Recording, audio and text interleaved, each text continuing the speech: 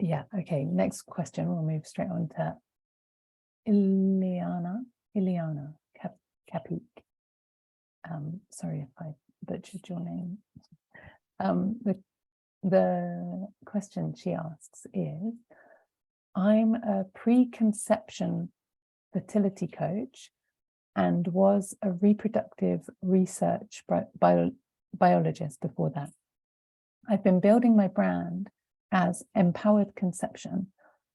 I've been contemplating rebranding as my name.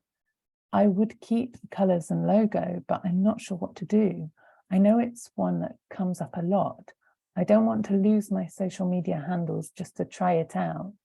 When I started out, I didn't want to be seen so much, but now I don't mind. I know many of us are wondering the same thing. It's hard to know the right thing to do. Alternatively, is there any training where you might have covered this already? Thank you for reading.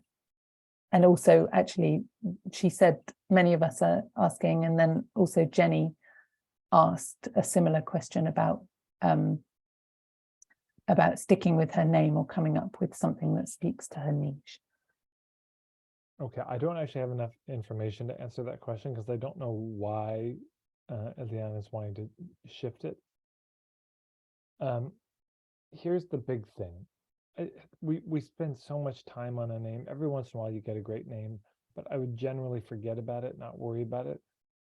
Do I have the perfect name? It'll come or it won't. I mean, spend time thinking about it, but you're going to get it or you won't. And your own name, of course, is fine. The more important metric than does this feel most authentically right for me, and is this the perfect expression of my soul or anything, is just, is it memorable? Is it easy to spell? Is it, when people think about your business, would that come to mind? That's much more important. So if you have to choose between Empowered Conception and a name that's difficult to spell, then you stick with the one that's easier to spell. Because where the name matters, and maybe almost one of the only places it matters, is you've worked with somebody, or they follow you on social media and they're talking to a friend and they say, oh, you're having trouble conceiving, you're wanting to work on the fertility thing. Oh man, I follow this woman on Instagram. She's amazing on this. She's got such interesting thoughts, and her name is. And if they can't come up with it, because why would they remember your name? But they might remember Empowered Conception. So it just has to be something they would remember. That's the most important thing. Okay, I hope that helps, Ileana, and also Jenny.